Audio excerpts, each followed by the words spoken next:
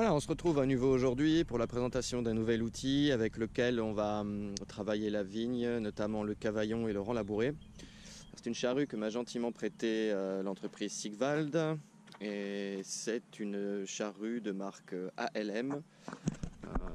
Donc c'est une marque allemande et l'abréviation, le titre c'est Handel Land Maschinenbau, un truc comme ça.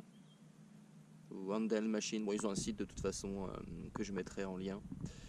On a ici donc une charrue qui fait 1,10 m de large, donc la structure de base c'est celle-ci, donc le 3 points, avec deux vérins qui permettent d'élargir la charrue jusqu'à 1,90 ou 2 mètres. Donc ça c'est la structure de base. Sur cette structure de base on peut rajouter des éléments. Alors les éléments que j'ai ici en test, ce sont les disques pour travailler le cavaillon. Alors ce qui est intéressant avec ce type d'outil là, c'est qu'il est orientable en 3 points, un petit peu comme les disques Gouasselet que j'avais présentés en amont de la saison. C'est-à-dire qu'on a une rotule ici qui nous permet de choisir un angle d'attaque, on a une rotule ici qui nous permet de choisir à nouveau un angle. Et donc après, il n'y a plus qu'à choisir la profondeur en fonction de la cale qu'on utilise, si on veut travailler plus ou moins profondément, faire une butte ou pas.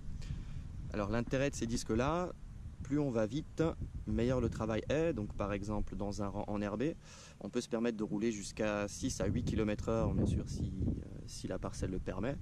Et ça permet d'émietter un maximum tout ce qui est enherbement. On peut également le faire dans les rangs labourés. Maintenant d'expérience, ça fait 2 jours que je la teste. C'est un peu plus compliqué parce qu'avec les cailloux, toujours comme dit en fonction des types de sol, ça secoue un peu plus, mais bon, c'est toujours envisageable, bien sûr, mais à une vitesse un peu moindre. Alors là, la charrue telle qu'elle est montée, c'est un type de montage spécifique. Donc là, c'est pour des vignes qui sont avec des tournières relativement longues. Donc là, on a un montage avec 2 rangées d'étoiles. Donc il y en a 5 à droite, 5 à gauche, et ici 4 derrière. Donc là le montage il a été fait, on a rajouté une partie de cadre qui est vissée ici et qui s'attache en haut sur l'attache du cadre de base. Et on a un vérin ici qui permet de lever ou pas si on a besoin de place ou pas. Alors, il faut savoir que ce genre de montage il peut s'effectuer d'une autre façon. Donc là les cales ici qui se fixent sur le cadre de base, on a une cale à l'avant pour ce qu'on appelle les roll hacks, et on a donc une cale vissée qui revient ici, sur lequel on va fixer ce système d'étoiles.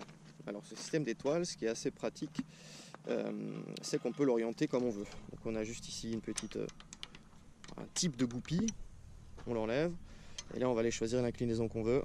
Donc on peut les mettre vers l'avant, on peut les mettre vers l'arrière, en fonction vraiment du travail qu'on veut effectuer. Alors moi je les ai mis vers l'arrière, c'est le travail qui me plaisait le plus, et au niveau stabilité je trouvais ça bien. Alors après, plus on va mettre de l'angle, plus ça va tirer sur le tracteur évidemment. Il existe un autre type de montage, donc là comme dit il a été fait montage arrière pour les étoiles. On peut imaginer le fixer ici. Donc sur cette barre là, on viendrait mettre ce petit morceau là-bas derrière et le mettre à l'avant. La seule chose qu'il faut penser à faire, c'est du coup rallonger le cadre en 3 points, c'est-à-dire rajouter une plaque ici pour garder un peu de distance. Bon, ça peut être juste 15-20 cm, c'est largement suffisant. Et donc mettre cette partie arrière au milieu. Alors comme dit, l'intérêt c'est soit quand on a des tournières, qu'on travaille sur coteau, qu'on n'a pas beaucoup d'espace pour tourner, donc ça rétrécit grandement la charrue, ou alors pour gagner en stabilité. Parce que je me suis retrouvé avec le problème, quand on met un peu trop d'angle sur celle-là, même ne serait-ce qu'un peu d'angle, ça demande beaucoup plus de résistance malgré qu'il n'y ait que 4 étoiles, et donc au niveau stabilité gauche-droite on perd un peu en stabilité. Donc les disques, je les ai utilisés dans mes rangs enherbés, je les ai descendus de 3 cm par rapport au reste de la charrue. Donc il faut savoir qu'en montage normal, ce que m'a conseillé le constructeur, c'est de laisser toutes les étoiles à la même hauteur. Donc on se met sur un sol bien plat, un sol en goudron, on pose la charrue et on met tout à la même hauteur. Donc de cette façon, on travaille et le rang labouré et le cavaillon de la même façon. Par contre, dans les rangs enherbés, il m'a conseillé de descendre un peu plus les disques, donc les disques de côté, les étoiles de côté, et là je les ai descendus de 3 cm. Donc l'intérêt c'était de faire un espèce de butage, donc déjà de casser l'enherbement qui a pu se créer durant la saison, et parallèlement de créer une petite butte. Donc ça pareil, on choisit la profondeur et l'inclinaison, plus on met profond, plus on met d'angle, plus la butte sera grande. Donc après ça c'est au choix de chacun. En tout cas c'est un outil qui fonctionne bien. C'est un outil complémentaire. Quand on veut essayer de faire en bio et arrêter de désherber, il faut vraiment, alors ça demande des investissements, mais il faut vraiment essayer d'avoir un maximum d'outils et alterner tous les outils. Et là le vrai côté pratique de ce type de charrue, c'est la rapidité d'exécution. Donc en enherbé, on peut aller à 6-8 km/h sans problème.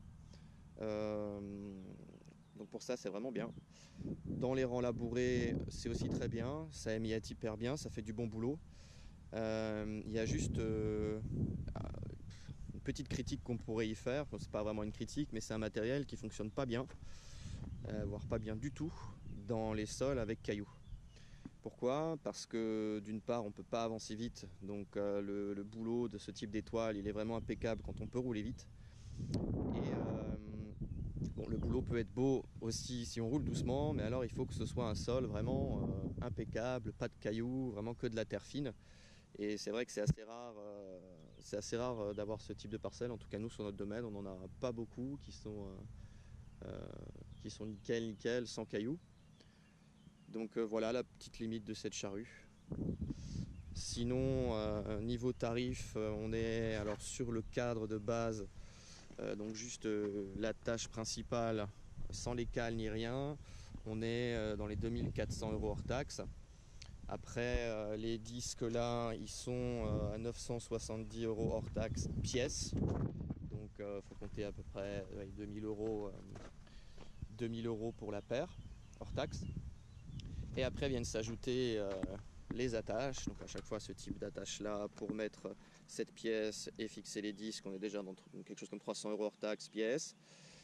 Là-dessus on rajoute pour ces séries de disques là par 5, donc tout l'ensemble, la pièce du haut, la cale et les étoiles, on est à peu près dans les 1000-1100 € hors taxe.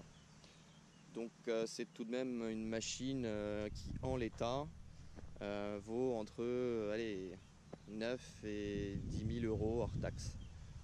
Donc c'est relativement élevé comme prix, sachant que c'est que du mécanique.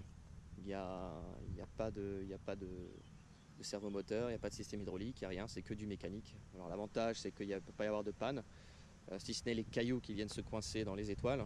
Donc ça c'est un véritable calvaire.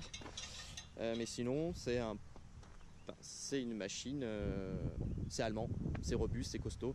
Il y a plein de montages possibles. On peut imaginer de mettre deux autres séries d'étoiles en 5 et 5 ou 4 et 4. En fait, on choisit le nombre d'étoiles qu'on veut.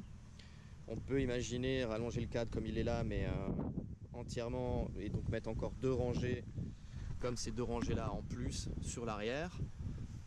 Donc voilà, il y a tout plein de montages possibles. Je mettrai en lien dans la vidéo le lien pour le site internet.